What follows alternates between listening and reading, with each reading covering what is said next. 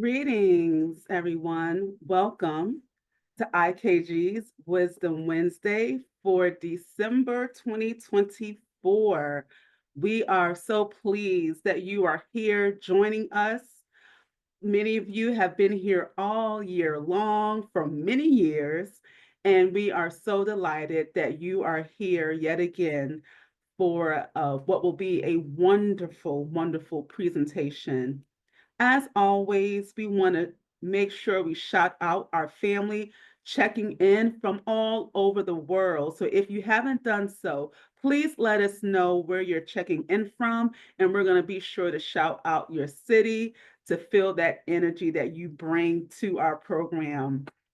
While you all are doing that, I want to just remind you all of some activities and events that IKG is hosting.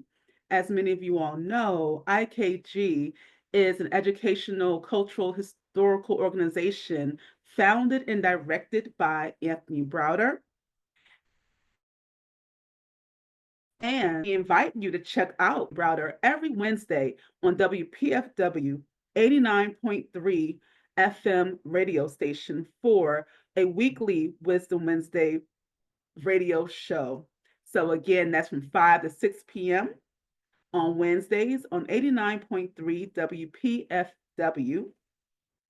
We also invite you out to the Why Kemet Matters tour of London and Paris. That will take place next summer, July 17th through the 26th, 2025.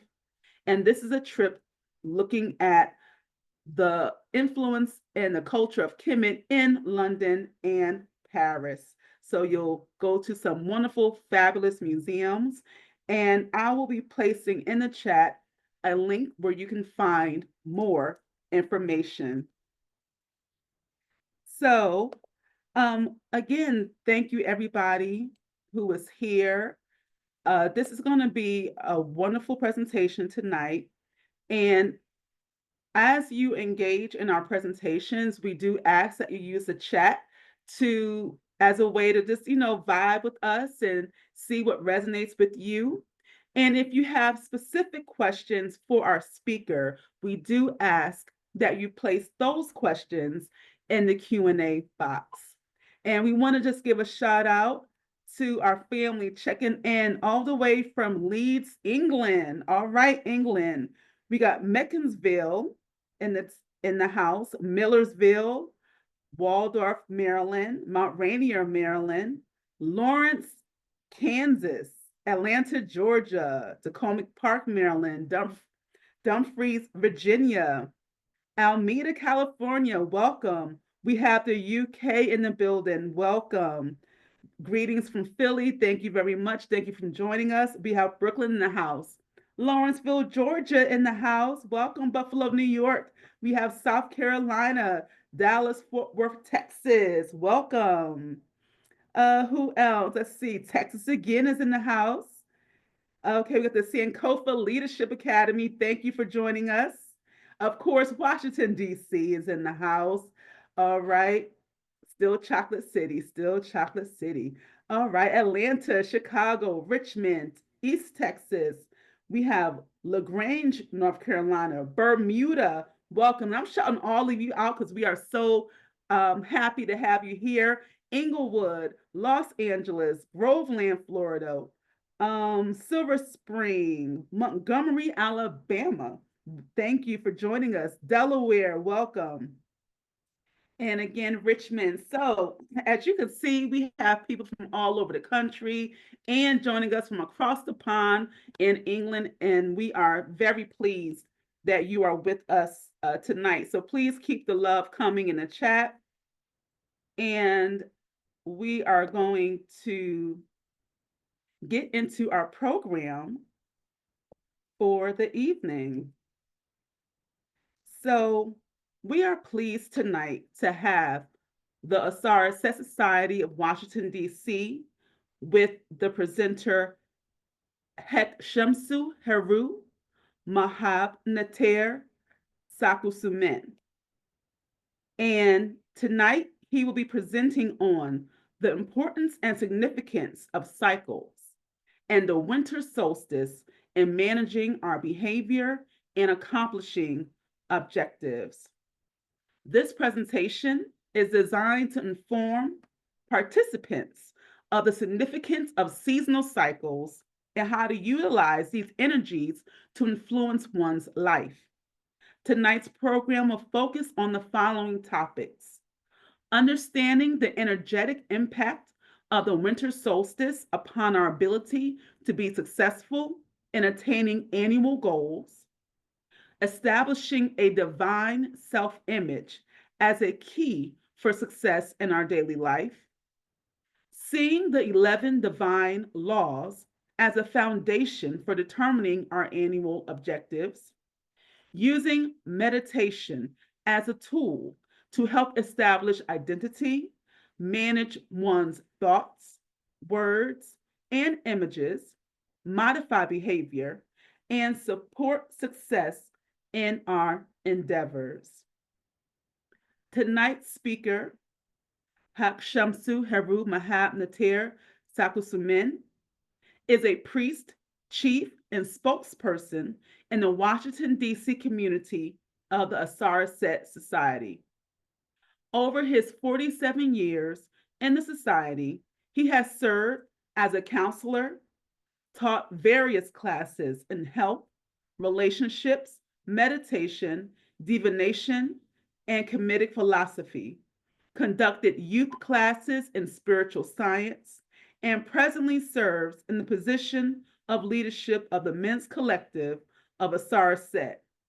He helped organize and manages Sinbeb Natural Foods in Washington, D.C. And Sinbeb is a wonderful, wonderful restaurant. And they have also a great market. So definitely check them out. And a little bit more about Auset Society International. The Auset Society International is a Pan-African spiritual organization based upon the principles of ancient Kemetic Egyptian tradition, in which the goal is for every woman and man to awaken and come into the realization of their divine nature.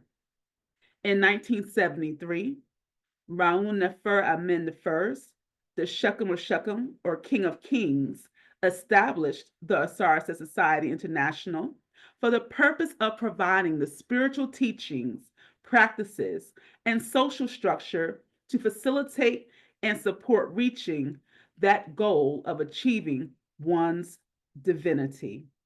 Please join me now in welcoming our speaker.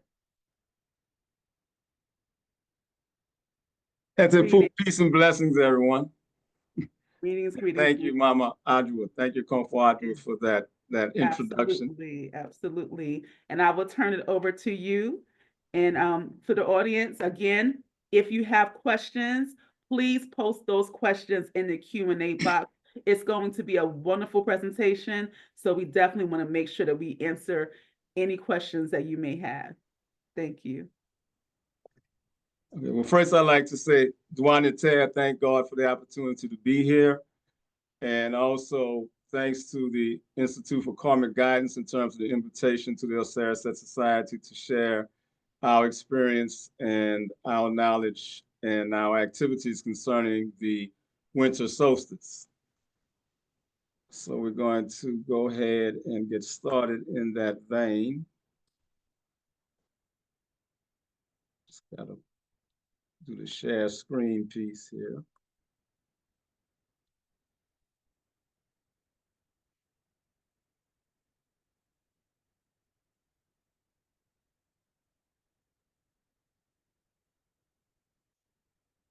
Okay, so I take it that we're seeing the winter solstice on the screen. And yes, we are. All right, let me clear this off so I can see better. All right, so when we make reference to the winter solstice, we're talking about the period of time generically from December the 21st through December the 24th. And that marks the beginning of the winter season.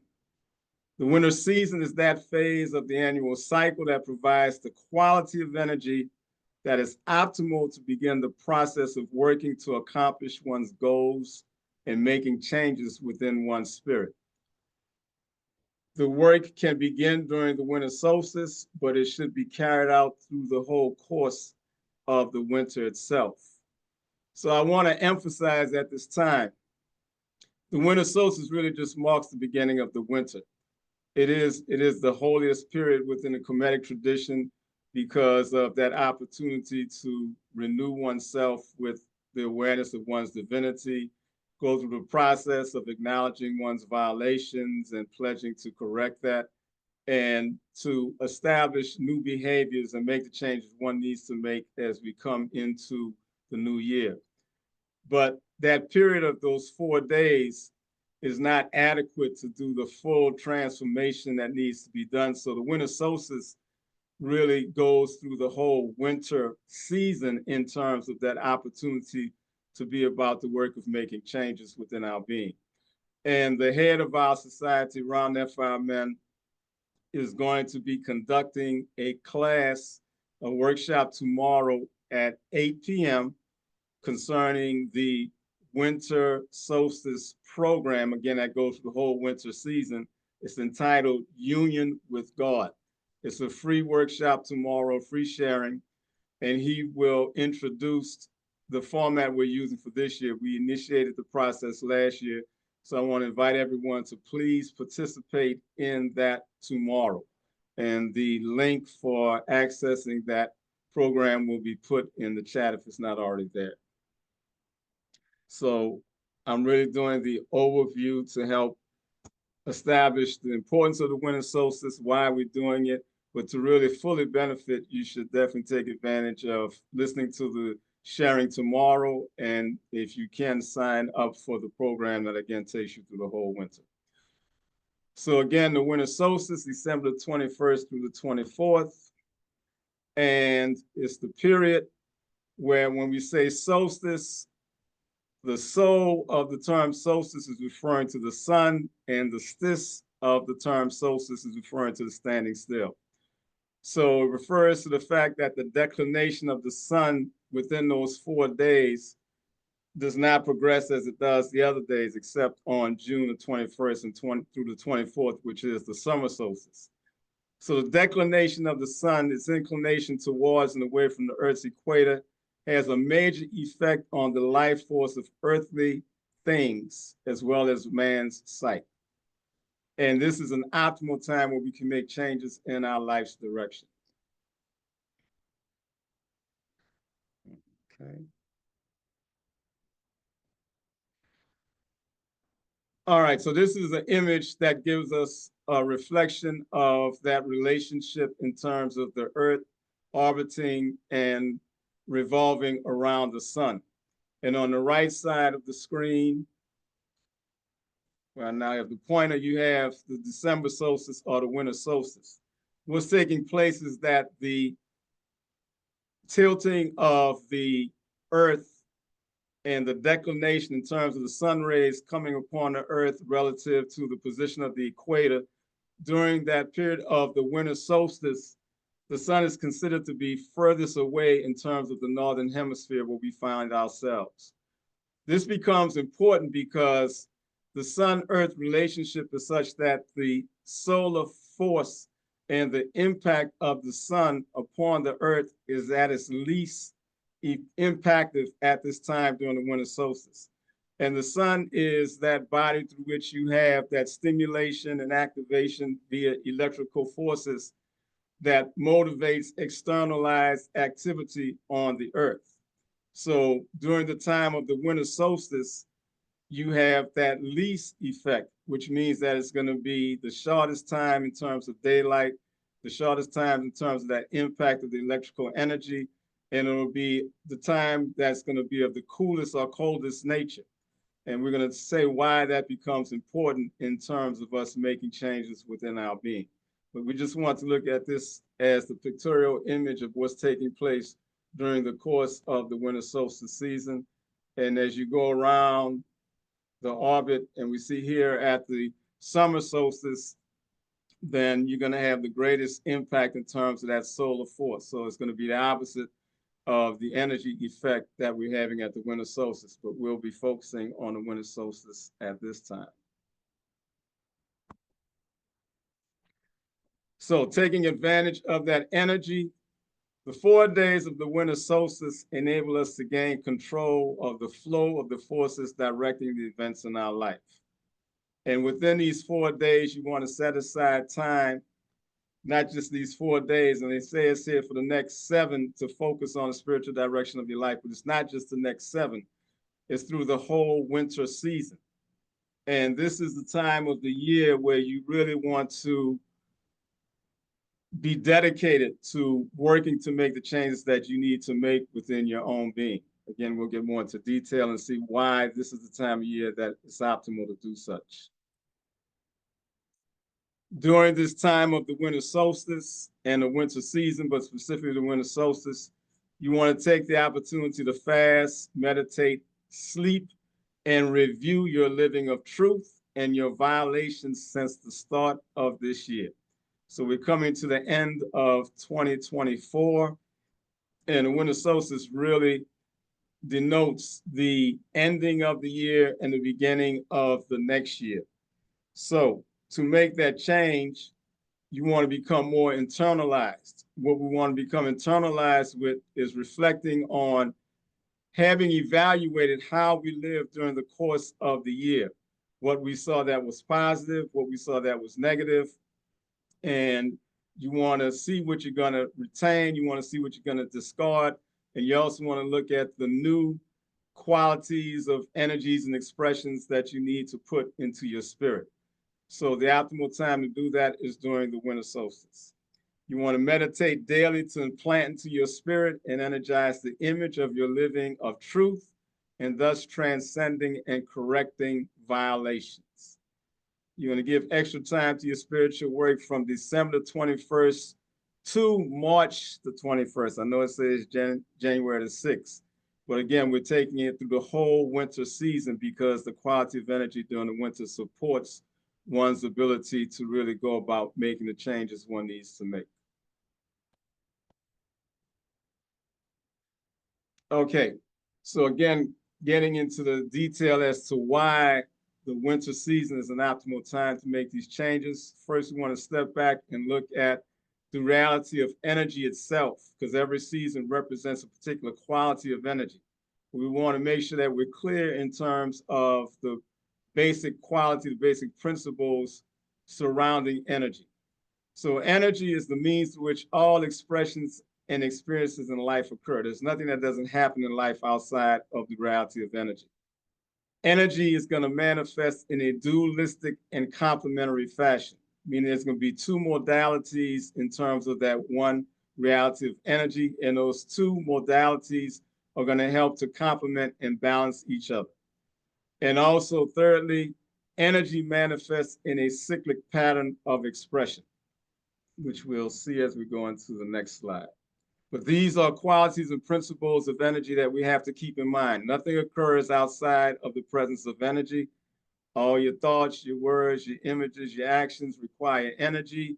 That energy is always going to be present in a dualistic nature, in a complementary fashion in terms of those 2 aspects, and it's going to follow a pattern of cycles in its expression. So the graph that we're looking at here is going to reflect that quality of energy through 2 different modalities, so 2 different aspects. It's going to be the thermal factor and the hydration factor. The reason that we're using that is because we're talking about the impact of the sun upon the earth. There's not going to really be life as we know it on earth without the presence of the sun, and there's not going to be life on earth as we know it without that hydration factor or that element of water. So looking at the graph we have here at the bottom, we have December the 21st, which again is marking the onset of the winter. And we're moving from the bottom going up. So the winter solstice, December the 21st through the 24th, the energy of externalization is at its lowest point. We're moving from the winter up into the spring. that's crossing that's crossing the spring equinox. And as we continue to move up, we're going into the summertime. We hit the height of the energy moving up, generating heat. And then we're coming down into the fall and back into the winter. Now, we're talking about, again, the thermal factor, the temperature. So you have the extremes of temperature. You have the hot and you have the cold.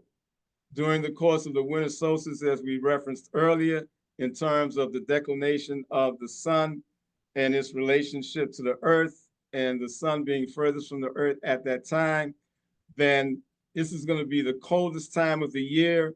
And that second factor we referenced in terms of hydration, the extremes being dry and being moist, this is also going to be the most moist time of the year. This is the winter we're making reference to. So this is the quadrant on the left side at the bottom. So that energy, that cold and moist energy of winter, is an optimal energy in terms of retaining and receiving. If something is cold, it's going to be slowed down. If something is cold, it's going to tend to be more fixed. If something is moist, it's going to tend to be more assimilating and more receptive.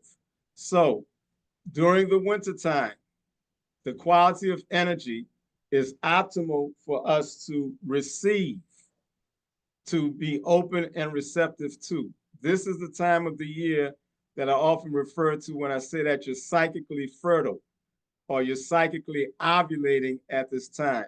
This is the time of the year that you need to conceive, that you will to get pregnant. And you want to be the one to determine the seeds, the images, and the thoughts, and the words, and the actions that you're going to be receptive to and become impregnated with, so that when you're functioning through the course of the year, you're not expressing some behaviors that you did not will to be a part of your makeup, a part of your personality, a part of your character. But the quality of energy that's optimal for that receptivity, for that impregnation, is the cold and moist energy. And since the energy is moving in a cyclic fashion, we're going to continue around till we get to the spring. And as the energy goes up, we're generating heat. So this quadrant that we have where it says hot and moist, which is going to be the springtime, the quality of energy at that time facilitates that birthing of the seeds that were sown, that birthing of what we were impregnated with during the course of the winter. The winter gives you that period of gestation, internal development, and the spring now gives you that period where you're going to have the budding and the sprouting, the outward expression of what it is that was conceived, what it is that was nurtured, what has been gestating for the course of the winter. So we're generating heat, which supports external expression, and that's why we start to see it outwardly. But it hasn't become so hot that the moisture is dissipated, because heat will dissipate moisture out of the system. So this is still a time when there's that growth and maturation occurring during the course of the spring. So you've had the birthing, you've had the budding, the sprouting, and now you see that it's starting to mature. So the seeds that you took in, the declarations that you made in terms of your intentions of how you're going to behave, the changes you're going to make, the new patterns of behavior, that should now start to basically show itself, maybe in a very light fashion. It may not even show itself at all, but it's coming around, literally it's coming around the bend. And the heat is still being generated, reaches its highest point during the summer solstice. And now we have from June the 21st through September the 21st, the period of the summer itself. And because now the heat has become much more intense, then it is dissipating the moisture out of the system, out of the environment. And now you have a condition of hot and dry. And that hot and dry energy is such that we're at the full level of maturation and externalization, full degree of expression of what has been sown. So this is definitely not the time of the year that you're going to be working to make changes, because there's no energy to support that receiving of a different mode of manifestation. It's all now in externalizing mode. And if we're at the height of the hot and dry period and the energy is always going to go in a cyclic fashion, then once we come to the fall equinox, then the cold is going to start to be generated again. It's really more of a cool and dry time of the year moving into a cold. So it's going to take a minute for that moisture to come back into the system. So the cold and dry time of the year, looking at the energy of dryness tends to lock things and make things less flexible, less malleable, right? They tend to be more fixed. So that cold and dry time of the year is one where there's no more growth taking place. Whatever has been established has been fully expressed. And this is a time of the year to really now take stock of how things have occurred. And if we look at this cycle, we have the annual cycle from the winter solstice going around to the fall equinox and coming back to the winter solstice. But you also have the daily cycle where you're going from midnight to 6 a.m. to 12 noon to 6 p.m. and then coming back to midnight. So the evening time between that 6 p.m. to midnight, let's say you work during the course of the day, you're evaluating how things went during the day. Let's say you're running your own business. You're looking to see what was a plus, what was a minus, what were the assets, what were the liabilities. And you're now going to determine, based upon that evaluation, what you want to retain, what you want to let go, what adjustments you need to make, how productive was it, the changes that need to occur. And you plan that evening so that when you wake up in the morning, now you already have a program in place as to what it is you're going to be doing. So the cold and dry time is a time to look at the details, a time to do the planning, a time to evaluate. And that's why that period of September, we're going back to school, because you're in a state now where you're able to lock in terms of information. The hot and dry time of the year, the summer, is the least receptive time of the year. It's the least beneficial time to try to receive things and retain things. So it's not an optimal time to go to school. The hot moist energy is more supportive of that external activity, whereby you're being active and involved and engaged and have a sense of connecting. That moisture supports connecting with others. So even during the springtime, that's when your energy should be naturally one of an optimistic, positive fashion, and to go out, engage with others. Even that sexual drive that you may find generates or becomes more enhanced during the spring, because you got the heat driving, you got that moisture to connect with others. Right. So these are the different qualities of energies, very briefly stated, that we have with the four quadrants. And in terms of being successful in life, we say everything that you do requires energy. So what we need to do to be successful is look at what it is that we will to do, identify the quality of energy that's needed to do that thing, what's needed for success in that undertaking, and also identify when is that energy most readily available. So you want to tap into that energy at the time when it is available to enhance your likelihood for success.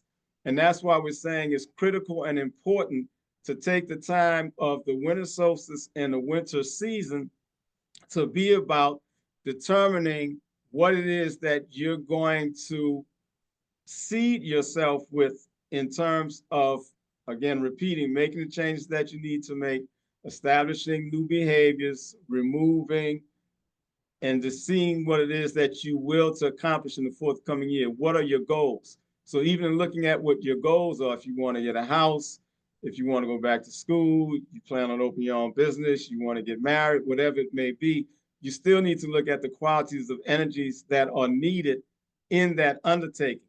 But this is the time to definitely sow ourselves with that particular seed so that we can work to be successful with that. So those are the four seasons. And if you just look at the flow of the energy, starting at the bottom, and the energy springs up. So we go from the winter to the spring, as energy will spring. It reaches its height or its summit. So we're in the summer. And if you reach your height, then you have no option but to fall. And then we go into the fall. And even in the term winter, sometimes in making reference to it, I tell folks you can think about it from the perspective of if someone is deceased or they're going to get buried, you're going into the ground, you can talk about internment. So during the wintertime, it looked like everything has died. There's no growth or proliferation. There's no budding on the trees and the plants and so forth. It's like everything is going underground. So the winter is that time. If it's going underground, then it's about internal activity. And this is why we want to really take this time to be about seeding ourselves. I know I'm repeating, but that's the essence of what we're talking about. Okay. Now, what is it that we really want to seed ourselves with? I made reference to some goals that we would like to accomplish, and that's very real. But sometimes we don't accomplish our goals because of our behaviors. It's not always about the resources. It's not always about the timing, right? Because you can have the resources, you can have the timing, you can identify the energy that's needed, you can identify when that energy is present. But if your behavior is such that, if your thoughts are such that, if your images are such that, if your words are such that it's not supporting bringing that into manifestation, or you're literally focused on something else that may be obstructive to that aim or to the accomplishment of that goal, then that's a problem. So that's why it becomes very much significant to look at the internal work that we need to be about doing.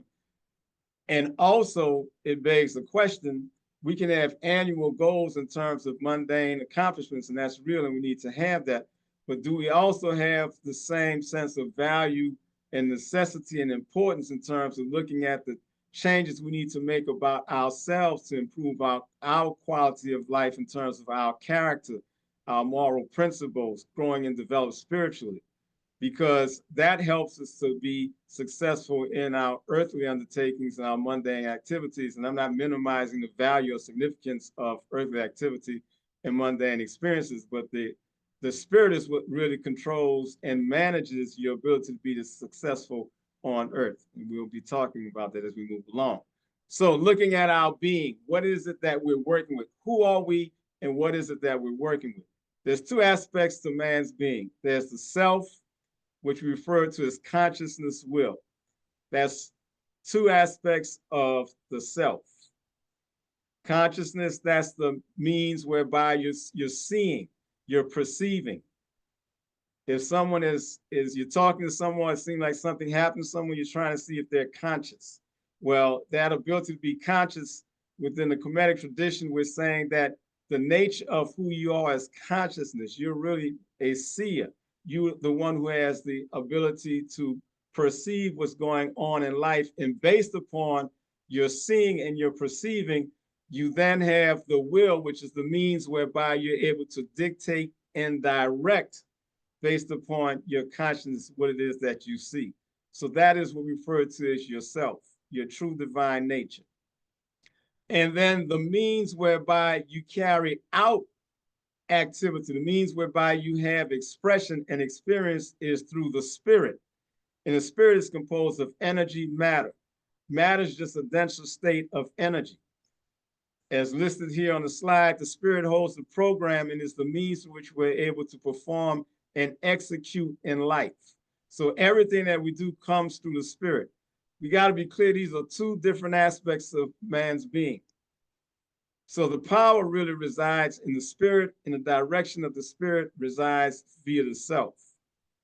And one of the benefits, if we look at this, if one is having challenges in their life where they're sensing that they got good intentions, they really want to do better, but it's just like they can't get over X, Y, and Z, or something has a hold on them, and they just can't make that change. I work in a health food store. We manage a health food store, Sinbev, here in Washington, D.C. The name of it is Sinbev, which means to have good health. And I'm at the register and people come in, and this is quote unquote healthy snacks, and they'll pick up those. I shouldn't be saying this because some people come to the store and they're not going to come. But they'll pick up those chocolate covered almonds or the chocolate covered cashews, and it's like, man, you know I don't need this, but I just can't help myself. Well, that's a reality, but that's a situation whereby it shows that you can will to stop something or you can will to start something, but the manifestation of that comes through another aspect of your being. So the power really resides in the spirit, and the will is the direction of that. So we need to look at, have awareness and look at, am I clear about this distinction? And the beauty of the consciousness will is that it's immaterial, devoid of energy, and thus imperceptible. From a very functional perspective, if this consciousness will is devoid of energy, then it's not conditioned. It's not sensually influenced. It's not emotionally influenced. That's not a part of its reality. So the nature of your being is that you are always able to step outside of any conditioned or programmed response, because who you truly are is beyond that energy mode that is the means whereby that sensual emotional indulgence is occurring. You always have the ability to deny, to dictate how it is that you're going to respond in any given situation. A situation is not going to be stressful. You can only have a stress response in a situation, because if a situation is naturally stressful, that means everybody would have to respond with stress in the same situation, and that's not the case. And also, stress is not something that's going to support you in terms of having an optimal and successful life.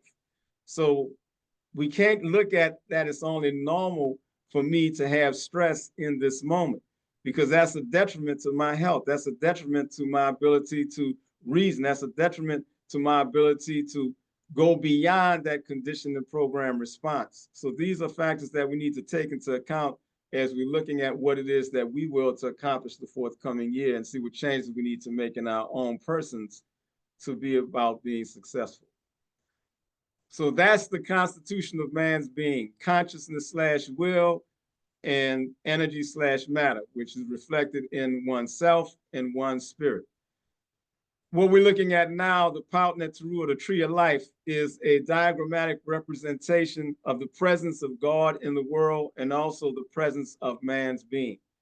Because God has made man in his image and likeness, then really you have the same constituent components.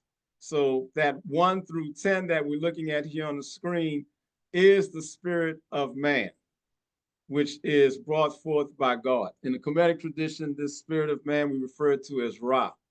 At the level of 0, we have that quality of being which we refer to as Amen. And at this quality, we have peace in its most balanced, have energy in its most balanced state, which we refer to as peace. So our true identity is that we're peaceful by nature. And the means whereby we're able to function and live in the world is this spirit of Ra that we refer to as Ra. And these 10 spheres that we have here are giving you a reflection of the personalities, the qualities, the skills, the powers, the capabilities that you have within your spirit. These are the faculties through which you live in the world. And at the 10th sphere, we have the earth plane, or the physical body itself. So we have Ausar, which is the vehicle of oneness with God. That's your divine consciousness. The quality of Ausar is omnipresence. At the level of the 2nd sphere, Tehuti, we have the wisdom, divine intuition faculty. And the quality we have there is omniscience, all-knowing. At the level of 3, we have Sekher, which is spiritual power. And the quality we have there is omnipotence. Now, the 3 things I just made reference to, omnipresence, omniscience, and omnipotence, are the qualities that really reflect the divine being. Those are the qualities of the supreme being: infinite potential and unlimited power, all present, all knowing, and all powerful. That is what constitutes the essence of who we are. I know there's a lot of hands being raised. If I'm correct, we're not going to do questions until the end. So is that correct, Aju? Yes, that's correct. So if you do have questions, again, feel free to put those in the Q&A box, and we will ask them at the end. Okay. All right. We also have there 4, 5, and 6. And if you take a look, you see that this is happening in triangles. You have Ma'at, which is dealing with divine law and love and synthesis, meaning that the interdependence, the interrelationship of life comes through that reality of Ma'at. At the fifth sphere, we have the principle of justice, Heru. At the sixth sphere, we have the freedom of choice, your ability to direct your spirit, which referred to as Heru. At the seventh sphere, we have the faculty whereby we can generate joy and imagery to energize the will that we have at the sixth sphere, that's Heru. At the eighth sphere, we have your intellectual faculty, your verbal processing, your intellect, the sequential thinking, that's Sevic. At the ninth sphere, we have Auset, which deals with your trance, your memory, your learning, your ability to go into the spirit. And at the 10th sphere, we have your physical body, the electromagnetic energy that innervates and activates your physical body and the physical body itself. So again, the 10th sphere is the physical plane. And each one of these spheres has a law that accommodates it or is attached to it that reflects the principle as to how that quality of energy is best utilized to maintain balance and order in life. So the laws are the embodiment of man's divinity. When all our thoughts about life are based upon 11 laws, they cultivate a divine self-image. Why is this important? So if we really work with me on this and take note of the Paut Neteru, and the term Paut Neteru, Neter is referring to God, and one of the terms in the Kemetic tradition referring to God. The U pluralizes it. So Neteru is referring to the aspects of God. There's only one supreme being, but there's different forces and different means through which God functions in and administers the world, functions through and administers the world. And the term Paut is referring to the collective or the company of. So the 1 through 10, the Paut Neteru, this is the collective of the forces, the divine forces, the faculties of man, the faculties through which God is functioning in the world, the talents, the skills, the powers, so forth, as I referenced before. What is important to take note here, part of what we say we're going to do tonight is in terms of the importance and understanding the divine self-image.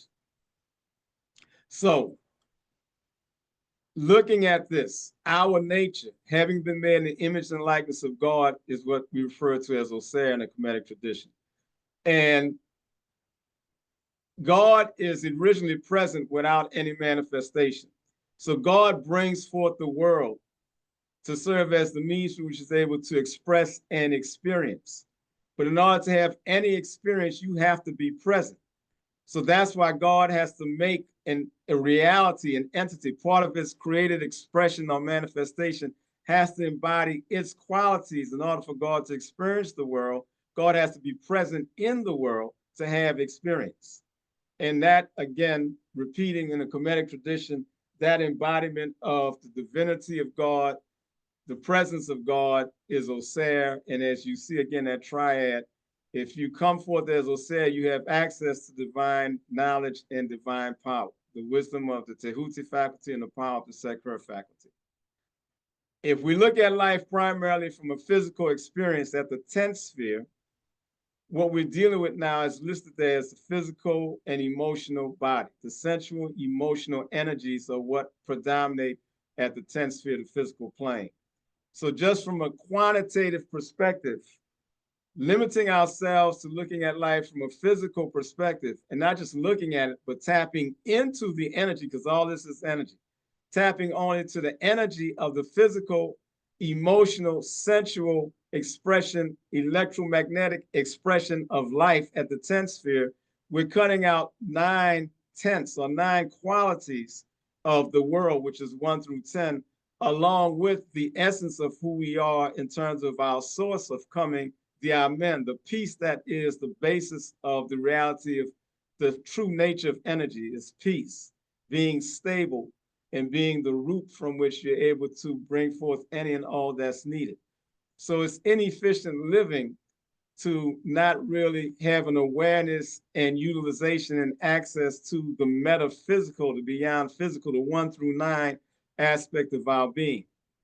And your living and your resources in life are circumscribed by what it is that you identify with. So if I identify with my divine nature in man, as we refer to as Ausar, I have access to each one of these spheres that you're looking at, including zero. And zero is really the nature that I'm expressing in the world. If I'm identifying more with the feelings, sensations, and emotions, and that's the basis from which I'm doing things, then really that animal influence and that human influence is relegated primarily to 7, 8, 9, and 10 sphere. Because I'm going to be following my images of the 7th sphere. I'm going to be giving the words and verbal expressions and rationalization via the 8th sphere. I'm going to go based upon my memory from the 9th sphere. And then the feeling and sensations and emotions that's really driving me is what I have at the 10th sphere. So Auser is your divine nature, and we are by nature divine beings because, again, we're the vehicles in which God is able to have full expression experience in the world. If we identify with that lower part of our spirit, which I just referenced, then now you're identifying with more being just an earthly man versus a divine man. And then now you're identifying with being a human. And the human by nature, in terms of the construct and how it's defined, is going to be such that you're going to have stress because you're going to move based upon your feelings, sensations, and emotions. And there's going to be conflicts and contradictions to how you feel about things and the order and the law that needs to be in that situation. And therefore, that lends toward those conditions of anger and fear and worry and grief and sorrow and sadness and frustration and so forth. So identifying with your divine nature, what you identify with circumscribes the resources that you have access to manage your life. If I identify with being Auser, I have access to everything you see on the screen. If I identify with being a human being, I'm basically functioning out of the 7, 8, 9, and 10 sphere predominance. So I'm limiting myself. And the moral qualities and the spiritual elevation of man and righteous living, that comes from 6 moving up. And the divine aspect of your being is really 1, 2, and 3. So it's important that we have that divine self-image because that's what we need to be able to access all the resources, all the powers, all the skills, all the faculties of our spirit. How do we make that happen? Let's say we heard this, we believe this, but we're still living in the influence of feelings, sensations, and emotions. So we need to make changes. How do we make these changes? This is where meditation comes in. Meditation is a tool whereby you're able to change your behavior, you're able to manage your spirit. Meditation unites the will. Remember, we talked about the will. Unites the will, what it is that you're saying you want, with the spirit, the part of your being that's in charge of making it happen. So you got to have that connection because you can say you will do something and then you don't do it. You can be doing something and you don't will to do it. So you got to have that marriage, that wedding of that which directs and that which carries out. And in order to do that, you have to get in between those two. You got to get in between the self and the spirit. And the term medi, that prefix medi is referring to being somewhere in the middle. So meditation takes us into the middle in terms of those 2 aspects of our being that we referenced, the self and the spirit. Consciousness, will, energy, matter. Okay. Why meditation? We just referenced it looking at it from this graph. The meditation is the mid state between waking and sleeping. So if you look at the reference in terms of 2 states of consciousness, being awake, being asleep, right? In the waking state, you're directing, you're managing, you're externalizing. Externalizing in terms of using your will to express how things are going to happen. In the sleep state, your will is basically dormant. So there's just a matter of carrying things out. Whatever program has occurred, it's just carrying out. And also the sleep is a time where you're much more internalizing. So it's the regeneration phase. It's the rebuilding phase. It's facilitating processing to eliminate phase. So if we're going to make changes, we got to be awake enough to dictate and direct what it is that we're going to be doing, but we have to be relaxed, receptive enough to receive that, to have the quality of energy that supports receiving that. And that's why we're getting in between that wake and that sleep state. So if you desire to heal or improve financially in the waking state, nothing will happen. In the sleep state, nothing will happen. If I dream that I'm rich or healed, that's really still not going to happen in that sleep state. So my desires in the meditation state will come true when I'm in that trance state. I'm in that state, that middle state. Again, repeating, I'm awake enough that I can direct and dictate, but I'm receptive enough, I'm cool enough, I'm internalized enough that I can receive. The objectives we declare to accomplish in the wake state are not communicated to the spirit, which is in charge of carrying them out, because they are not in communication when we are awake. The will and the spirit enter into communication when we are in the meditation, the trance state. Another word for trance is dhyana. The meditation state unites the will to the spirit, the Holy Communion, the marriage in heaven. So that's what meditation really does. We're not really maximizing the benefit of meditation if we're just meditating to be more relaxed. You're meditating to tap into your spirit, to direct, to make changes. There's many benefits to meditating. Okay. I'm stopping that share and moving to another share.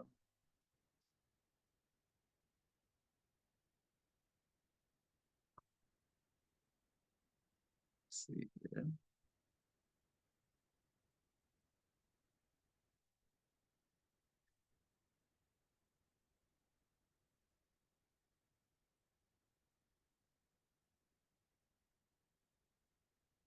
Okay. What I have here is the 11 laws. So each one of those spheres that we were looking at, there's a law associated with it. And the two primary laws that we want to look at tonight are the law of our men and the law of Auset. And the law of our men, again, which is making reference to that hidden, that concealed part of our being, that consciousness, as we said, that is the seer. I am made in the likeness of a peace that nothing can disturb, and I reclaim my original peace that I'll attain my reason for coming into existence, the enjoyment of life. So we are here to enjoy life, but the foundation for really enjoying life is being at peace. Peace does not mean that you do not deal with challenges and situations that come upon you. Peace is really the most powerful resource you have and quality of energy that you have to address the adversity that's going to come to you. And adversity is going to come to you. That's part of the challenge that's going to support our growing and developing. But when I'm at peace, I'm in a more stable state. I'm at a state where I'm able to think clearer. I'm able to see better. I'm able to reason better. And also, peace allows me access to all of those faculties. I haven't polarized myself to being more committed to one, or enjoying more one with the other, or being more comfortable with that, or not liking that, or loving this. So if I'm at peace, I'm unconditioned. So it's really a very efficient way to manage your life, by having peace as your foundation, which it is, and being at peace in the midst of challenges so that you're able to respond as needed. Ausar being, again, that image and likeness of God, that highest reflection of the presence of God. When that's the case, when you identify with God, you become one with God, then you have yourself accessing the resources that God has made available to us. So you have access to the divine nature of your being. You have access to all aspects of the spirit. So as Ausar says, your nature is an unconquerable peace. Nothing or no one in the world can be against you. That's saying that all experiences are there to help further you in your growth and development. And when you meet those experiences and those challenges in a state of peace, that helps you to acquire the wisdom and the power that you need to successfully address all those situations.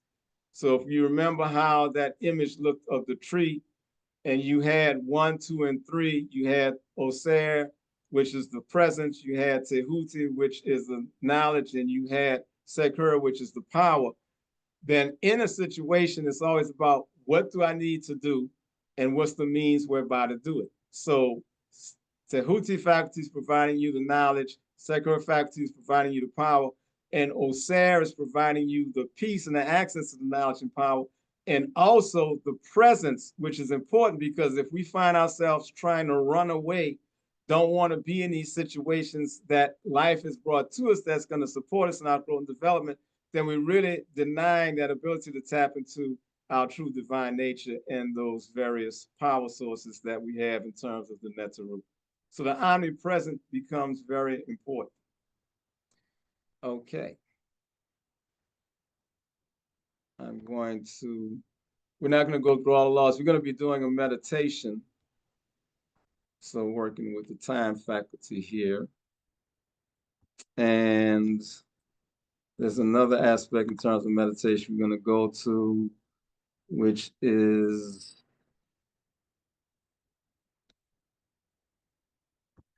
the meditation script. So think about it. You find yourself in life situations and you act out. And I'm not saying that in a negative way. I mean, literally, you're going to act. You're going to act in a certain way. And you want to write a script to dictate how it is you're going to act in those situations that you know are going to be a challenge to you. You want to write your script in advance, right? So when we talk about the meditation script, we're talking about 4 basic components as to what we're going to do.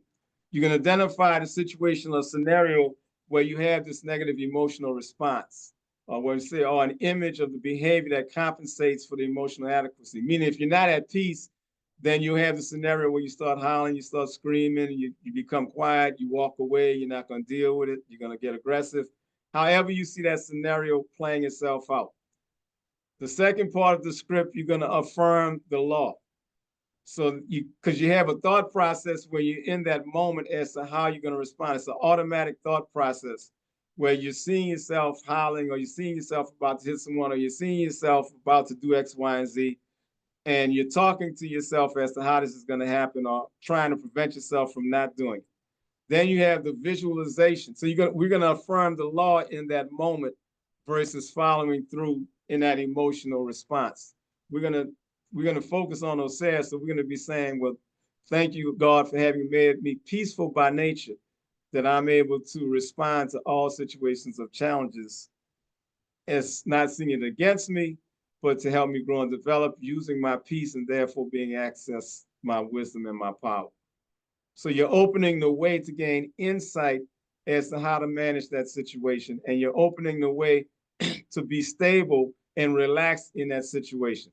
So you want to then, on the third portion here of the script, you want to see yourself smiling and responding in a peaceful way that reflects the nature of the law that you have affirmed in that moment. So in this case, we're dealing with Ausar. So we're going to maintain a harmonious energy. We're going to maintain our presence mentally, emotionally, and physically.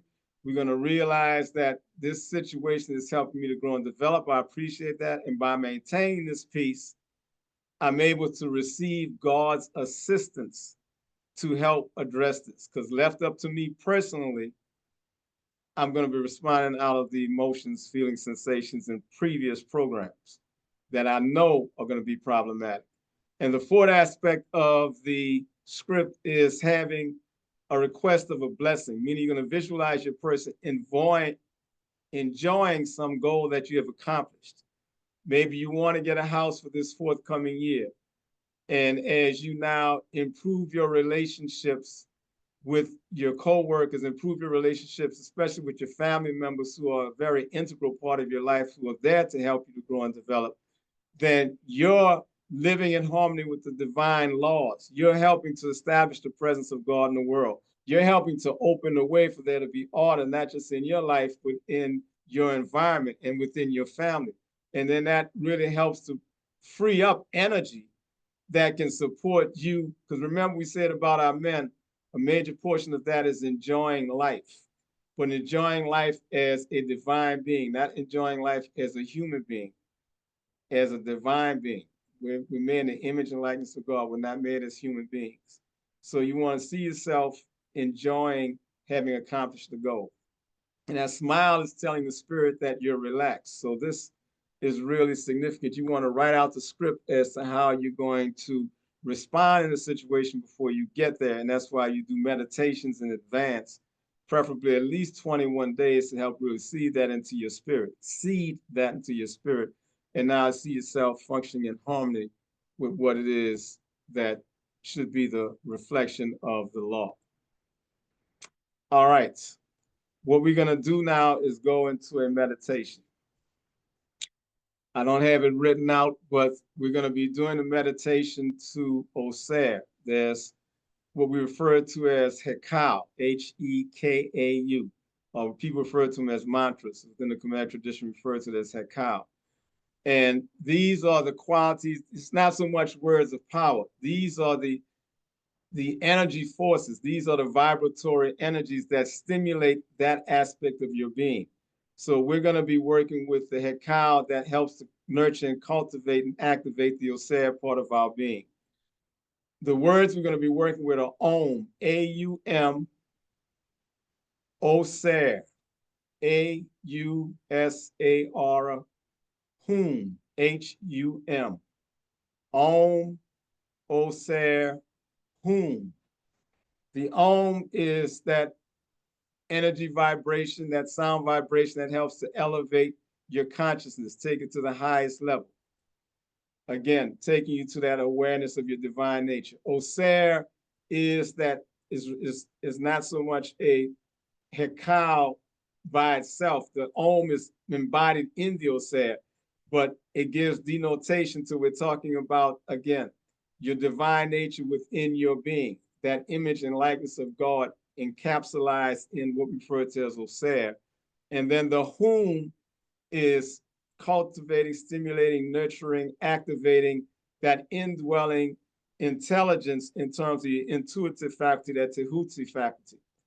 So it's when you're using the Om, Auser, Hum chant, you're elevating that peace that is your nature, seeing yourself in the image and likeness of God, and opening the way for the access to that divine intuition, that divine knowledge, that divine guidance as to how to be in life, no matter what the situation. So Om, Auser, Hum is the chant that we're using. We're going to, as we do the breathing, because to help get us into that meditation state, we're going to manage our breath. We're going to slow our breath down. And we're going to breathe in through our nostrils. We're going to breathe out through our nostrils. As we breathe in, our abdomen is going to expand. And as we breathe out, our abdomen is going to contract. You breathe in, your abdomen expands. You breathe out, your abdomen contracts. If this is different from you, you put your hand across your navel. Breathe in, your hand should then start to go out to the front. And as you breathe out, you're contracting, your hand should come in like it's moving toward the back. And we're tight on time, but just briefly, there's another part to this. As you breathe in and your abdomen expands, once you finish that expansion of the abdomen, and you're not forcing it out, you're just letting it come out, you're going to apply a little tension, just a little bit of tension there in the abdominal area. And as you breathe out, you're going to maintain that tension. What's happening then in terms of getting to the middle state? Remember, we're trying to get in between sleep and being awake. As you breathe slowly, you're getting into a more relaxed state, just like you do when you lay down at night to go to sleep, as you should do. So you're helping to put yourself into the sleep state. But by applying that tension in the abdominal area, once you breathe in at the end of the in-breath, then you're stimulating a nerve called the vagus nerve or the pneumogastric nerve that helps it within your body, a real nerve within your body, that helps to activate the awakened centers in the brain. So it's keeping you alert and awake enough that you have the awareness that you can dictate what's now about to occur as you go into that middle state of being just awake enough, just internalized enough that the will can communicate with the spirit, and you're going to facilitate that impression through imagery, because image is what really is going to move the life force to bring that into an active state of manifestation. So quickly, I just need you to identify with if there's any situation or scenario where you said that you just can't deal with X, Y, Z person, or you can't deal with X, Y, Z situation. You don't want to be there. You got to get away from it. That would be your scenario. Any situation where you really have intention, you're having tension about being in that situation, dealing with that person, dealing with that challenge. And you're going to affirm the law of Auser, which I'm going to seed you as we go through the breathing. I'm going to speak and affirm that Duanite, thank God we are made peaceful by nature, realizing my oneness with you and therefore having access to your knowledge and your power to facilitate me dealing with this situation in a peaceful, harmonious fashion. And you have to see yourself smiling in that situation, being relaxed, maintaining harmonious communication, not walking away, not balling a fist, not having your breathing change into a tense state. Keep the breathing relaxed just as it is. These are the visualizations that you're having because you're reliving a scenario in your mind, but you're putting forth a different mental image, a different outcome in terms of the expression you're going to have, a different mental image, a different visual image, a different verbal image.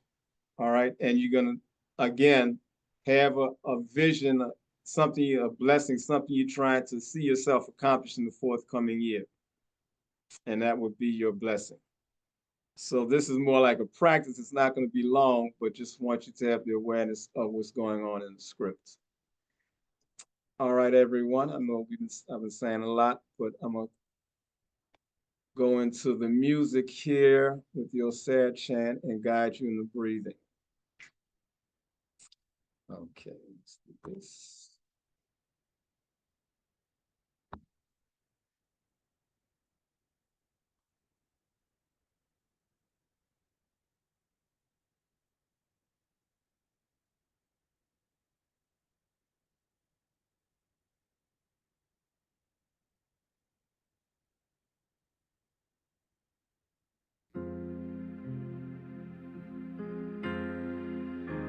So I know it's starting off somewhat softly. This is just the music without the words. The words are going to come up. So it's going to get somewhat louder. But again, I'm going to be talking over it. The chant is Om, Auser, Hum. But your eyes are going to be closed. You need proper posture. You want to be sitting in a chair where your back can be straight. Your feet are flat on the floor. You can put your palms down on your knees or your thighs, sitting up straight. If you're slouching, if you're moving back because of the structure of the chair, you can move forward into the chair. And remember, we're going to be breathing through our nose, in and out.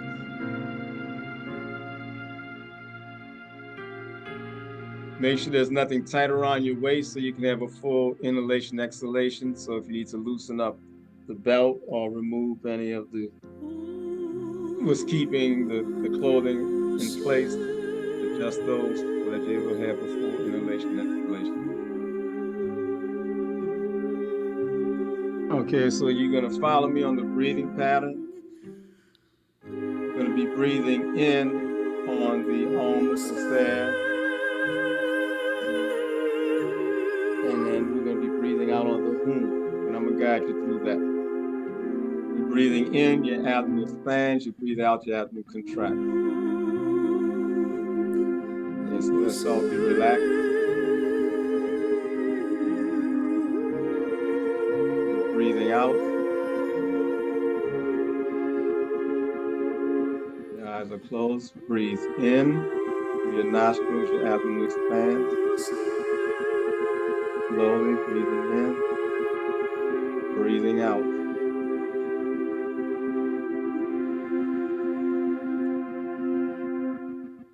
Breathing in, your abdomen expands. Breathing out, your abdomen contracts. Slowly breathe out.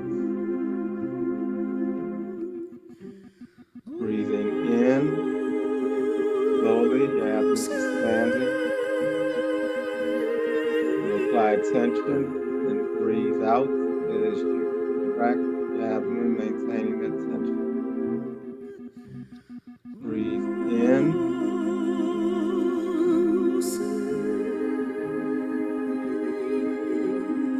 Breathing out.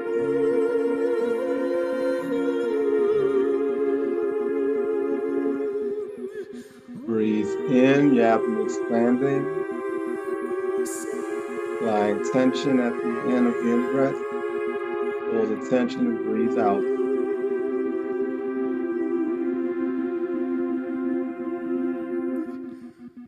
In.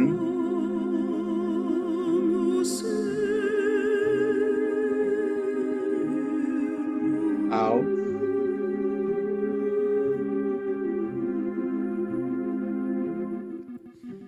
In.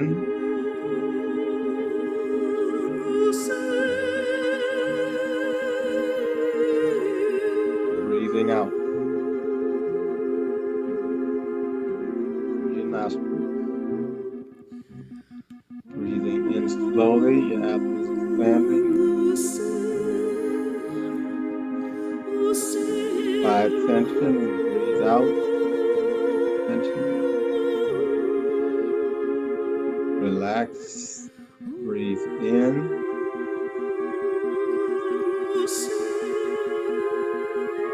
Apply the tension. Breathe out. Releasing the tension at the end of the out breath.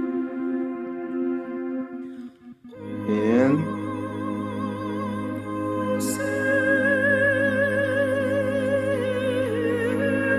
Out.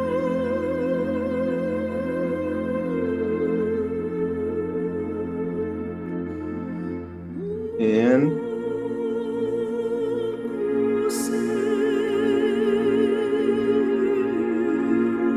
Out.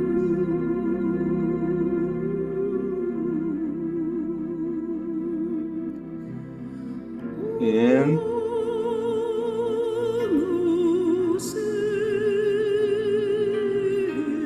Breathing out.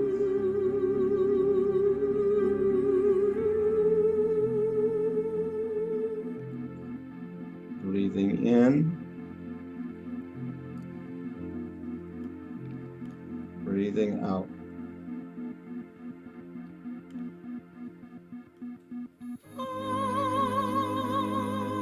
As you come into a state of relaxation,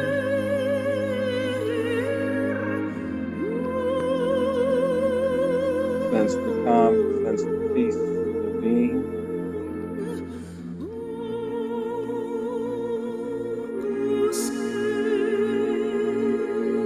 Say thank God for having made me in your image and likeness, peaceful by nature.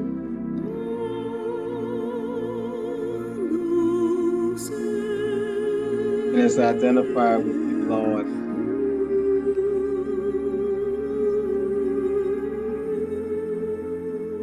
I realize that nothing and no one is against me. And that all adversity, all experiences are there to further my growth and development.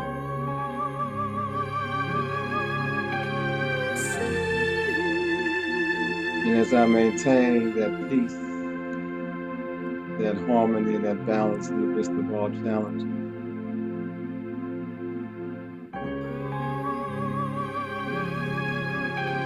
it allows me to share in your wisdom and your power.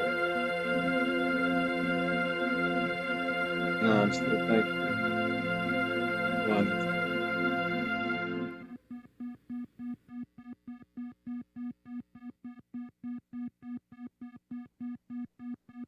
So I see myself in that situation.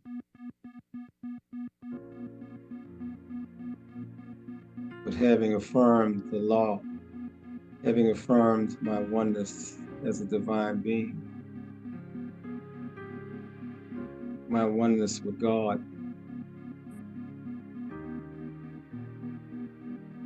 I smile because I see that I'm able to be peaceful in the midst of this challenge. I smile because I'm able to maintain my health and my vitality and clear mind in this moment.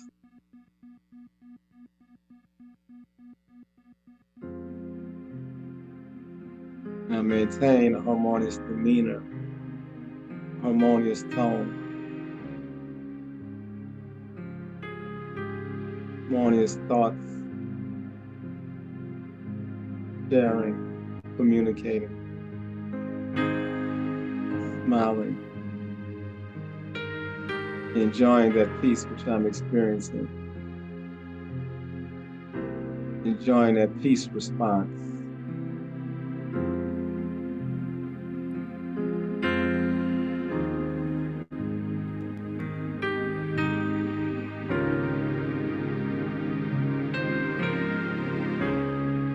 Enjoying having come into the knowledge and the awareness that there's another way to handle the situation, a way that reflects my divine nature and taps into my divine resources.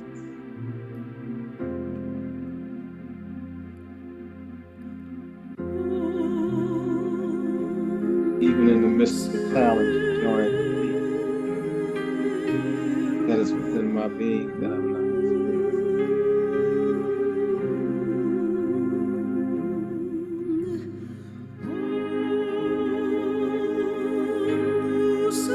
Realizing that I have the opportunity and the means to tap into those divine powers.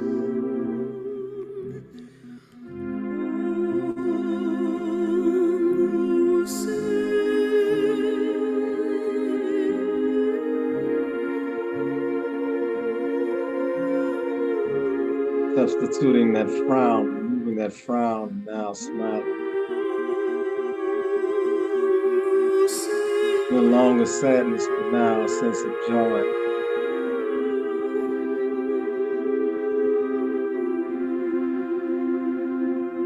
No expression of anger, but just harmony.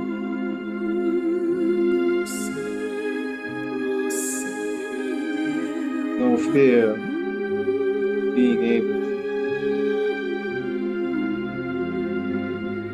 Certainty, assurity. Because I'm no longer just using my personal resources, but I have opened my spirit to the influence, the presence, the knowledge, and the power of quantity.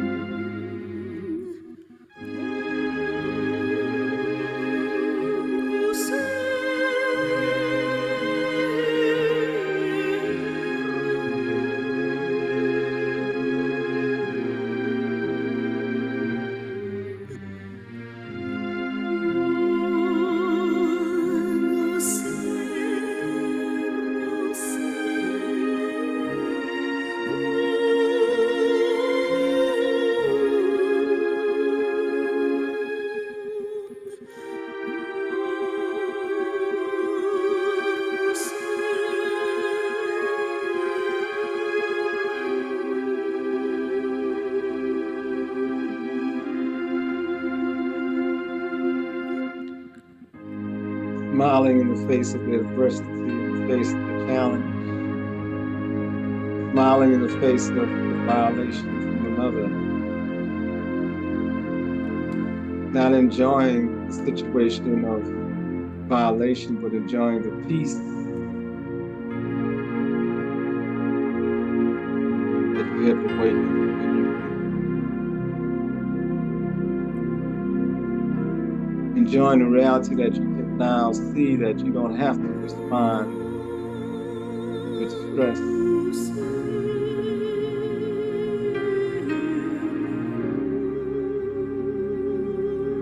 Enjoying that you will not lose any health,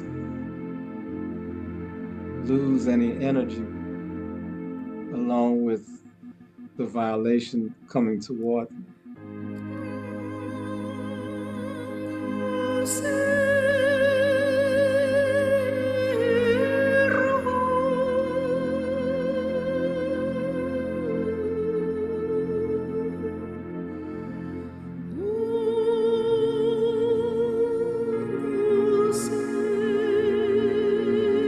And in this state of peace,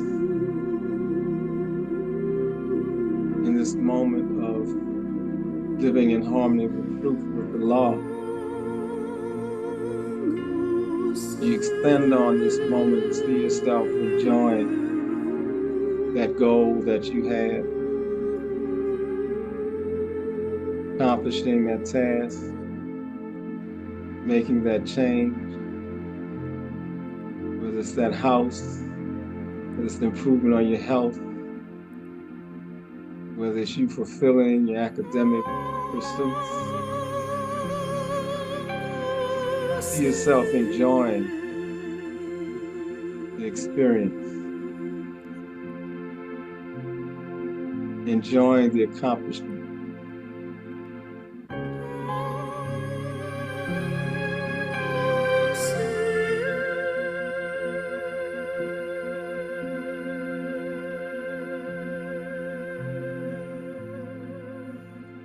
And giving thanks to God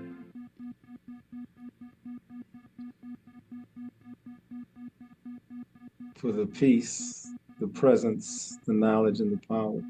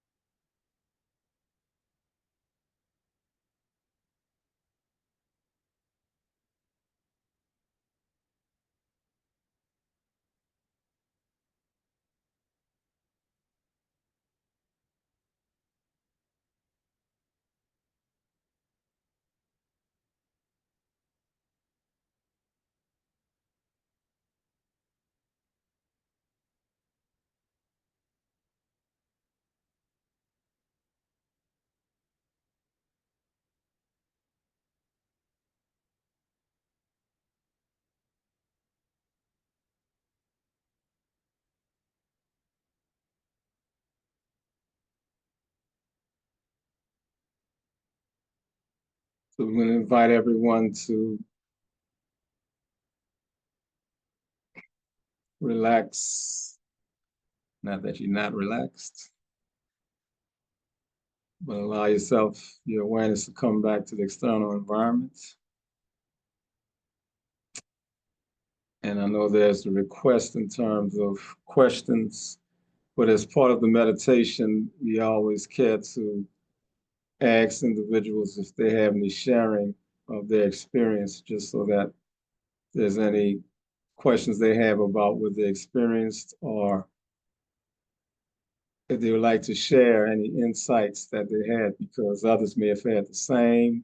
Or did the breathing work for you? Did it not work? Were you able to visualize? Did you see yourself in that situation where you now changed your response? So Audra, is it okay that we can invite people to comment if they have any sharing from their experience with the meditation or any questions? Specifically now, we like to focus on the meditation experience. We'll get to the other questions. Yes, we do ask if you can type any sharings that you have in the chat, and we will read those for you. And there was a question about meditation that if you wanted to start there while people are entering in their experience. Yes, we can do that. Okay. So Tawanda asked, I often have a hard time telling the difference between trance and sleep when I meditate. When I feel myself going into what feels like sleep, I pull back because I'm not sure if it's trance or sleep. How can I tell the difference? Okay, well, just a point of note, one thing, as I referenced earlier about the breathing pattern and with the breathing mechanism, the breathing practice itself. So I don't know if Tawanda was aware in terms of applying tension in the abdominal area to help keep oneself awake enough without being fully externalized. So that's just a note to apply that. And maybe she can respond as to whether she had or had not been using that technique in previous meditations. But two, also, if you sense that you're going to sleep, at what point, how long are you going through this process? Um, I mean, do you quote unquote wake up, or how much time is elapsing? Because the plus with the meditation script is if you're using a script, then you are involved yourself with the meditation. Again, you're just not meditating for the purpose of relaxing. So are you mindful and are you going through that process of visualizing, seeing the effect, affirming the law, experience the blessing? So that's something you want to ask. If you say you have the script, you're going into the meditation, you're 10 minutes, 15 minutes in, because you want to do your breathing for like 8 to 10 minutes. And then you would go into the script portion because you want to put yourself into that trance, that meditative state. So if I'm don't remembering ever going through the script, then maybe you did fall asleep. Okay. There are certain signs and indicators that you're going into trance, and that may vary from person to person. So you may feel a sense of heat in extremities or certain places of the body. You may have like a sense of expanding, like you're filling the room. You may feel like you're falling out the seats. And this is the sensation that you're having. You may have a sense of energy up and down your spine. There's different things, right? But that's all indicating that you're going into trance. Your eyes may flutter. Okay. So that's a basic answer on that, Tawanda. Okay, Thank you. I'm going to share a few comments regarding the meditation. Michelle says, I'm very thankful for this meditation. It was right on time. James adds that it was very peaceful and that he needed this and I guess needs to be consistent in meditation. Um, Claudette shared a takeaway to enjoy doing the work. Um, that which stops me from aligning my will and spirit. Thank you for the teaching. Um, James also add he visualized not being stressed out um, by ill-behaved students. Hey, Um, yeah, and in reference to James, yeah, that's mhm. thank you on that. And the way to visualize not being something is you're visualizing that you are what you need to be, because it's the law of physics. You can't have two distinct energies occupying the same space simultaneously. So not being stressed out, smiling. If you're smiling, you're not stressed. If your breathing is calm and relaxed, you're not stressed. If you're maintaining a balanced, harmonious verbal expression, you're not stressed. If you're able to be in the moment mentally, emotionally, physically, you're not stressed. So that's why the image is an affirming of the condition of your energy at that time.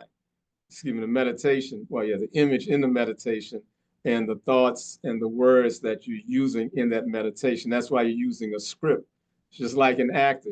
Here's the script, read the script, get the scenery right, get the context right, get the lighting right, you're getting the whole visual right. These are the words, you're getting the verbal right. This is the movement, you're getting the actions right, and then you have it. So you're dictating your spirit. You're using your will to dictate to your spirit, this is how I'm going to respond in this moment. So you're not being stressful because you're manifesting peace.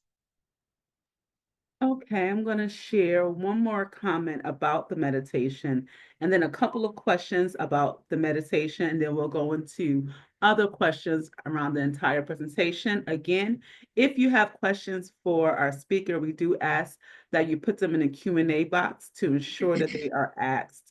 Ajay stated that this meditation practice is very different from other practices that he tried, and that they really appreciate the combination of the chant, imagery, and script. This makes the meditation very purposeful and pragmatic. The relaxation is a great downstream benefit that you don't have to try for. Love it and very grateful for the presentation. Um, Robert asked, does fasting help with the quality of the meditation? Fasting can help with the quality of the meditation in the sense that if you're not fasting, you're not eating, so it's not a situation where the body has to utilize its energy engaged in the ingestion, digestion, assimilation process. So that frees up that energy to be used more in terms of focus, concentration on what it is that you're doing. So in that case, fasting can enhance the effectiveness of the meditation process. Okay. A few people are asking about books and where they could possibly get, I guess, the chants. I did Okay. put a link. I'm going to post that again, but do you want to speak a little bit about the books, classes, and um, products that you all offer that around meditation and other things? Okay.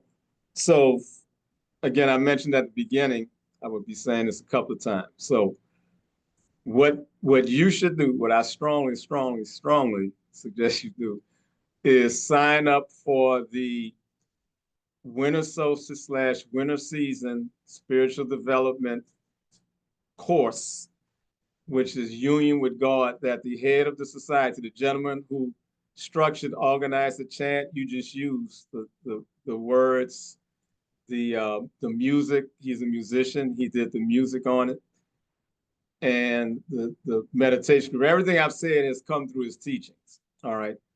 So this was an overview in terms of the winter solstice and the subject areas that we said we would cover: the importance of cycles of energy in the winter solstice, the divine self-image, using the laws as a foundation to help you maybe look at what your goals are. Because again, as I referenced, if your character is not as it should be, if your person is not as it should be in terms of living in harmony with truth, then you may not be accomplishing your goals because you may be blocking it yourself. And then meditation as a tool to help you deprogram and reprogram. That's going to all be talked about in a structured, organized way for the course for the whole of the winter, tomorrow night, 8 p.m., free, online. And last year we had over 1,000 people that had signed on, and they've given testimonials in terms of how they've achieved their goals, their life has improved, their health, they got the house, they got the car, they got the job, they got the money. And we're not doing this to get things, but as part of the benefits that come by aligning yourself with the divine being who you are. So that's just the reality of the situation. So please tune in tomorrow night at 8. It's posted. All you got to do is click on the link, register, 1, 2, 3, and you're in. So the Comedic Legacy.net is the online arm that provides services and resources from the society itself. It's a recently formulated website. It's been upgraded to the degree that you can, as you go there to buy a book or sign up for a course, or you're buying some chants, or however that's going to unfold, you have the opportunity to, if you share this information with other people and they have interest, you can sign on such that if they purchase things off the site, you can get benefit from it. You're not paying. This is not, it is a multi-level of things happening, but you don't have to pay to be a part of it. You just go in there and purchase, don't even worry about that. But it's not a worry. You can just sign up. It's called the RA affiliate. It's called RA, the referral affiliate. So I'm just saying, that's where you go, comediclegacy.net. You don't have to pay anything or do anything to go there. I'm just letting you know, I don't want anybody to really talk to a lot of people and then they just find out later, these people I talked to, they didn't go on and I could have been compensated for that. So just mention that, comediclegacy.net, KAMITICLEGACY.net. Yes, ma'am. Shane asked, the meditation was great. As I worked through the 4 steps, I found myself cycling through different situations that I want to change. Would it be best to focus on one situation, or should I keep sight of all things I want to change? Also, should I split time equally between all 4 steps? Thank you. Okay, so the general answer to your question, the things that you want to change, you want to make that as a listing, and you want to then do meditations whereby you're, as you would say, cycling through each one. You're not going to lump them together, but you can do multiple focuses in the same meditation, but you want to make sure that you're looking at that scenario, because you may have different scenarios for, you probably will have different, well, you may or may not have different scenarios for the various situations that you're working with. And you can take them all through the same law if that's what really applies. So let's say you're working with Auser, so you may go through your 8 to 10 minutes of just the breathing. I know you asked about the time factor. Your scenario, you want to be very brief, 1 or 2 sentences just describing, every time I go to work and my supervisor, I walk by them or they walk by me, I just feel this tension, or I feel this sense of aggression, or I feel whatever it is that you feel, right? So that's the scenario that you're going to work with. And then you're going to affirm the law, and then you're going to see yourself, they walk by and now you're smiling, now you're relaxed. You're not trying to get away from them, you're not trying to avoid them, you're being present. And you're just so thankful now because there's no tension. So you're better mentally, emotionally, physically. And because of that, a blessing, you can see taking that same experience, that same reality, and be better with your interacting with your family, with your friends, your coworkers. That's what we're making reference to. So time-wise, let's say you did a half an hour meditation. So the 8 to 10 minutes, just the breathing scenario, that's going to be a quick through your mind. You're going to be really putting more time in terms of the affirmation of the law and the visualizing of yourself living in harmony with the law. Okay, our next question comes from Stephanie. She asked, would it be appropriate to interchange the word man with the word mind? The word man, she has a context. Well, Stephanie, if you The mind, context, you can add it. the mind is an aspect of man. So when really using the reference that I had when I showed the Pautnet Teru, the tree of life, that 1 through 10 is the construct of man's being. Now, we talked about the 2 essential components of man being the self and the spirit. So that 1 through 10 is the spirit. So all that is man's being. Within that 1 through 10, the 7, 8, 9, and 10 represents the lower aspect of the mind of man. That's more of the animal influences and the lower aspects of the human influences, where you're basically going based upon feelings, sensations, emotions, and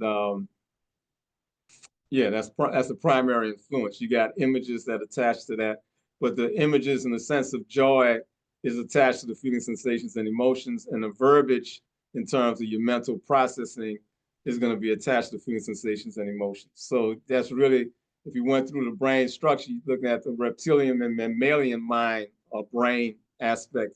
That's going to be the lower aspect of the mind of man. And then as you go into the cerebral, the left and the right and the left hemispheres, you're getting into a more of ability to process information and the visualization, seeing things and calculations and intellectual functions, but you still don't have a basis there of determining right and wrong, and you don't have that influence in terms of moral and righteous behavior. You have to go into the prefrontal lobe, which is now going to take you to the higher aspects of the qualities through the fourth, fifth, and sixth spheres, but really taking you up to the first, second, and third sphere, the Auser, Tehuti, and Sekur. So those, that's the prefrontal lobe aspect of the brain. That's where we have the divine influences. And just from the imagery or pictorial of the tree of life, you always want the higher to be managing and controlling the lower. So you have the lower aspect of the mind, you have the higher aspect of the mind, and then you have, and one way you can say the animal mind, the human mind, and the divine mind.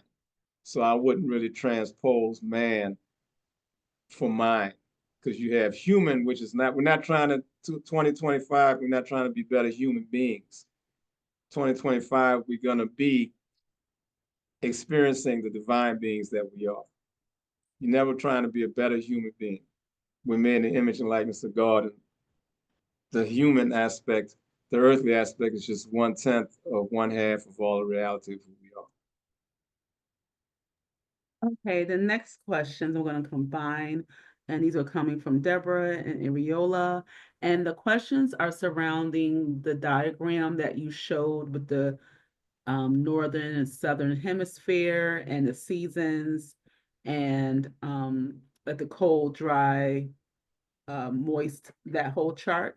So Mm-hmm. is this opposite on the southern hemisphere since they're going into summer, thinking about the solstice? Yes, the winter solstice for us, the winter solstice in the northern hemisphere, December 21st through the 24th, is going to be the summer solstice in the southern hemisphere. Okay. And so tying to that, Ariola says, greetings, Baba, and thank you for the transmission. How do we account for the seasons considering the falsehoods and manipulation of the Gregorian calendar? Um, because you're still going to have that astronomical effect independent of the particular calendar that you're using. And also from the Kemetic perspective, even I'm looking at Tony's picture on the screen, Tony Bravo's picture on the screen, even from the Nile Valley Civilization text, where he gives one of those pages I was looking at today, where he has the picture of the sun in between the two pyramids of Khufu and Khafra. And the sun is sitting right there in the middle, and the quote unquote Sphinx has a relationship to that. So it was known as the Kemetic people did and the Kemetic scientists did, it was known that that relationship of man to God is so critical and important that the heavenly influences needed to be codified, calculated, and they used the structures to facilitate that. So that really gave you, independent again of the calendar, that gave you the time frame by looking at the position of the sun as to what was taking place at what time. So you still have that reality of that extreme state going out in terms of the rotation and orbiting of the Earth and the declination of the sun, however we label it by whatever calendar that we use. I hope that answers the question. Yes. Robert is asking if there's a handout of the speech. I'm taking that to mean the script that you provided. How could Are those available? How can one get access to those? Okay, so that module was part of the 11 laws document I had, and also the meditation script that can be made available to the participants in the call tonight, in the workshop tonight. Okay, great. So we will follow up and share those out. Thank you for that. The next question, is there a role for colors or specific kinds of movement within the Asara set system? You mean like me sitting in front of all this yellow and white? Yes, each one of the Neteru, if we go back to, I'm not going to go back, but if we went back to the slide where we had the Pau Neteru, the tree of life, each one of those faculties, well, not literally each one, but let's say 2 through 9 are going to have certain qualities that distinguish them from the other ones, meaning that, again, one energy, different modalities of expression. So the color vibration is going to change. So if you're, I'm sitting here right now, and as you can see, this is saffron or yellow behind me, right? This is the elemental color for the principle, that archangelic force in the neter that we refer to as Sebek, that deals with your intellectual functions, that deals with your belief system, the left side of the brain, your processing of verbal information. And the day that corresponds to Sebek is Wednesday. The color that corresponds to Sebek is the saffron or the yellow.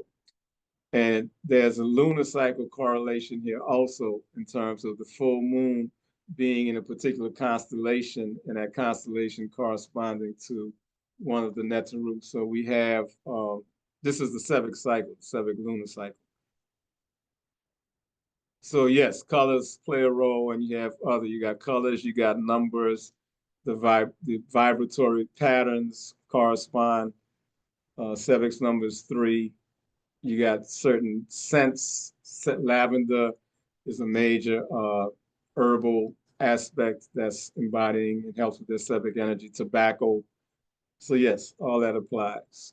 Movements. Sebek is more into the square configuration, left side of the brain, logic, accounting, mathematics. These are all references to Sebek. Speak well, cleverness, trickster, so forth and so on. Okay, and we're going to take these last two questions. So Shane asks, do the 7 chakras tie into the 11 divine laws? It seems that the 11 laws are broken down into 7 layers that align with the chakras. Can you speak to this?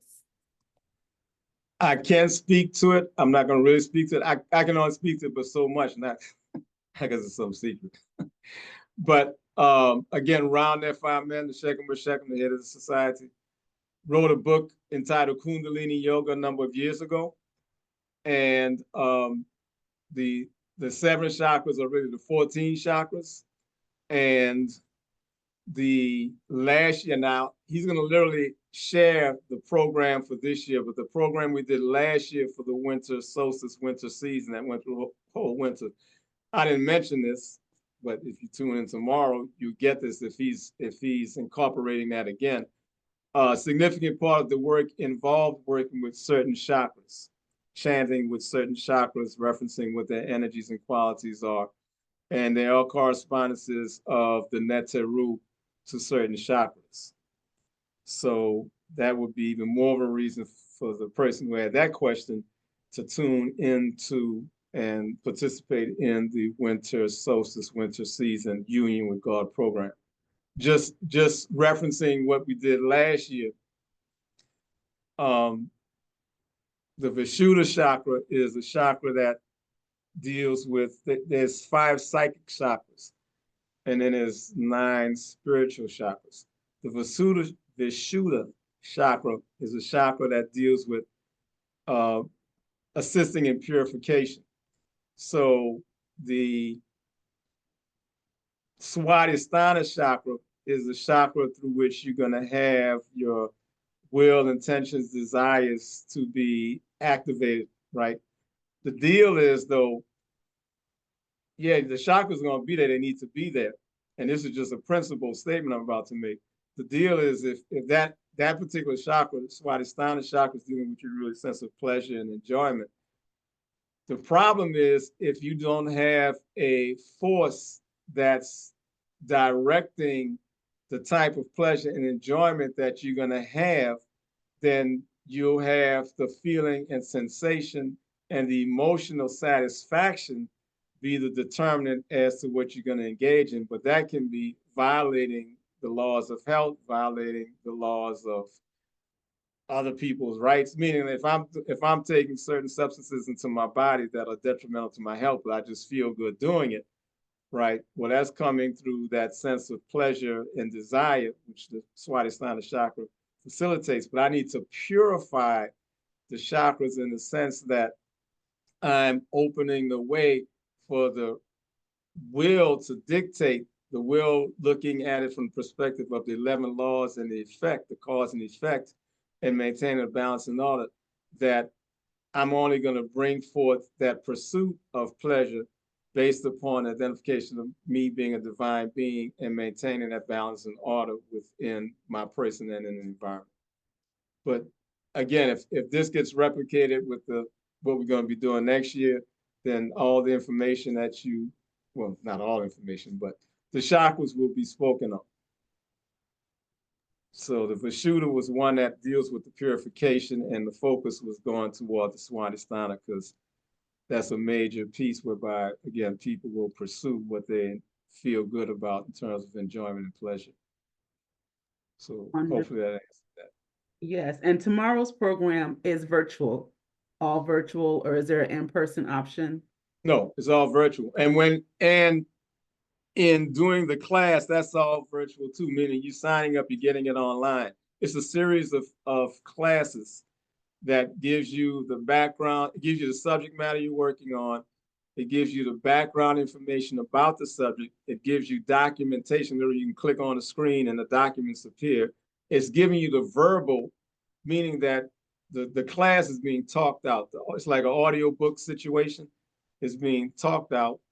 And the instructions are there. The meditations are in the class itself. The visualizations, the assignments are listed there. It's a full scope to help you grow and develop reality. I mean, if you enjoy it tonight, if you enjoy it tonight, thank God. If you really see benefit of what we did tonight to help further you in terms of your growth and development, then you definitely want to tune in tomorrow and want to participate in the class structure.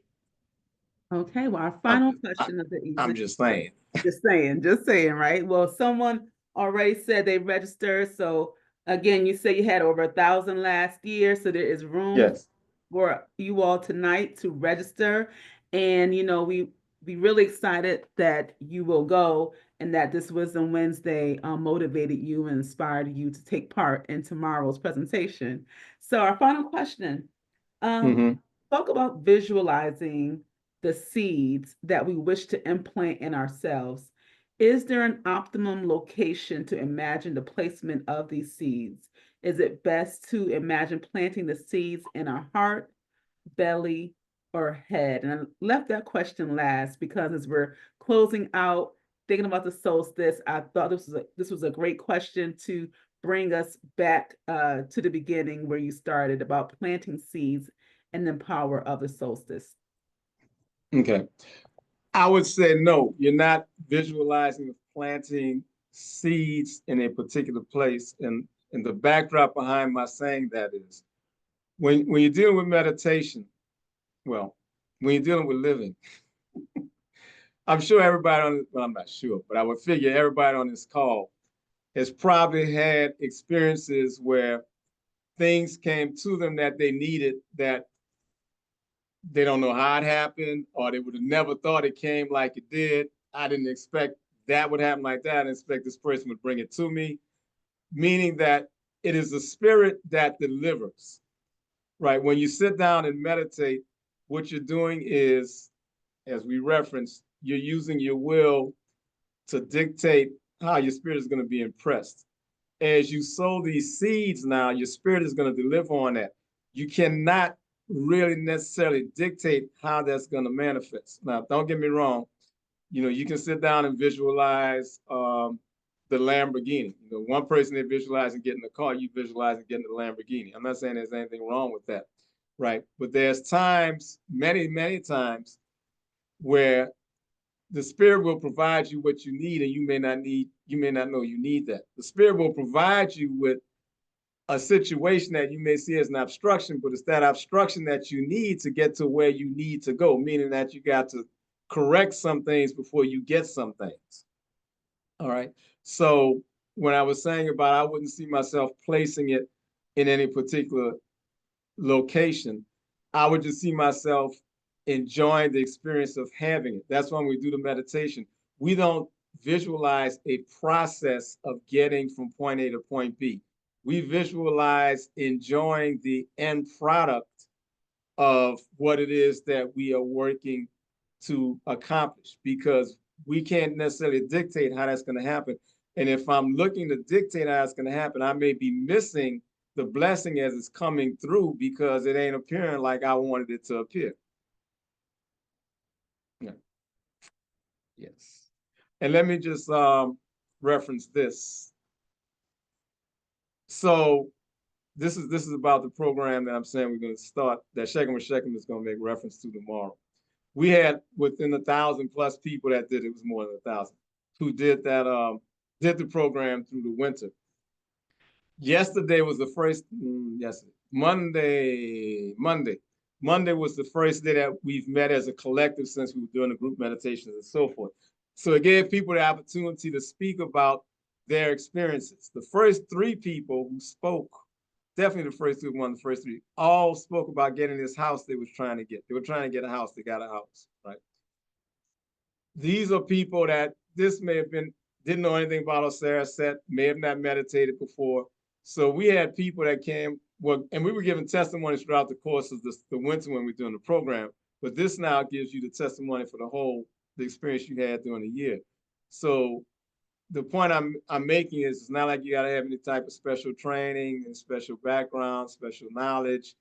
We all here as divine beings, we all have the same spirit. It's a matter of the knowledge that we have, the guidance that we have, the training that we have as to being aware of it and being able to manage it. Remember, your knowledge of who you are is going to circumscribe the resources that you have to manage your life. So on that note, I thank y'all very much for allowing me to be here. Willfully, I serviced you well. And I will be hearing everybody tomorrow. Yes. In the presentation by Shekim. Yes, thank you. Thank you so much for a wonderful presentation. As I said earlier, I knew this was going to be so enlightening, and the comments, the emojis are coming through the chat. As you see, the hand claps, the love. She did say that, y'all. Yesterday when she called me and said we gotta go do this run through, and she's like, I feel so excited. I really feel it's gonna be great. So she's not just saying that, she did say that yesterday. Yes, yes, yes. And many people are registering. So go ahead. We're going to put the link in the chat once more before we close out. Want to thank you all for joining us this evening for Wisdom Wednesday. And for those of you all who've been with us throughout the years and this year, thank you. We invite you to our 2025 series starting January 15th with Ife Williams, who will be presenting on her book and work around Black slave revolts. So starting the year off with that high energy. So we thank you and wishing you all a wonderful solstice, a safe and wonderful holiday season, and peace and blessings to you all. And was there any closing remarks that you would like to make, Mehab, Natir? Not really. Well, there is a part we didn't go into because we didn't really have the time, but with the solstice itself, as we do as a collective, the Auset Society, we do a cleansing with the change of every season. So you want to do some basic detox whenever you start. I mean, optimally, you would start with December 21st. So you may be fasting, eating some fruits, some vegetables, some fruit juices, vegetable juices, drinking a lot of water, resting. Yeah, so there's different things we do in terms of that cleansing process to move into the winter. If somebody really wants more information on that, I guess you can, what can you do? Give them my email or, Do you have an email? We could put it in the chat now. yeah, use the S at Gmail. S M Mehab. EHAB NETERS at gmail.com. And can you spell that one more time just to confirm? SMEHABNETERS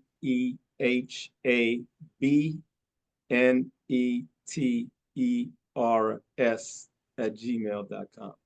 All right, putting that in the chat. So again, we will share further resources with you via email. Thank you all again for coming out and have a wonderful, blessed evening and new year.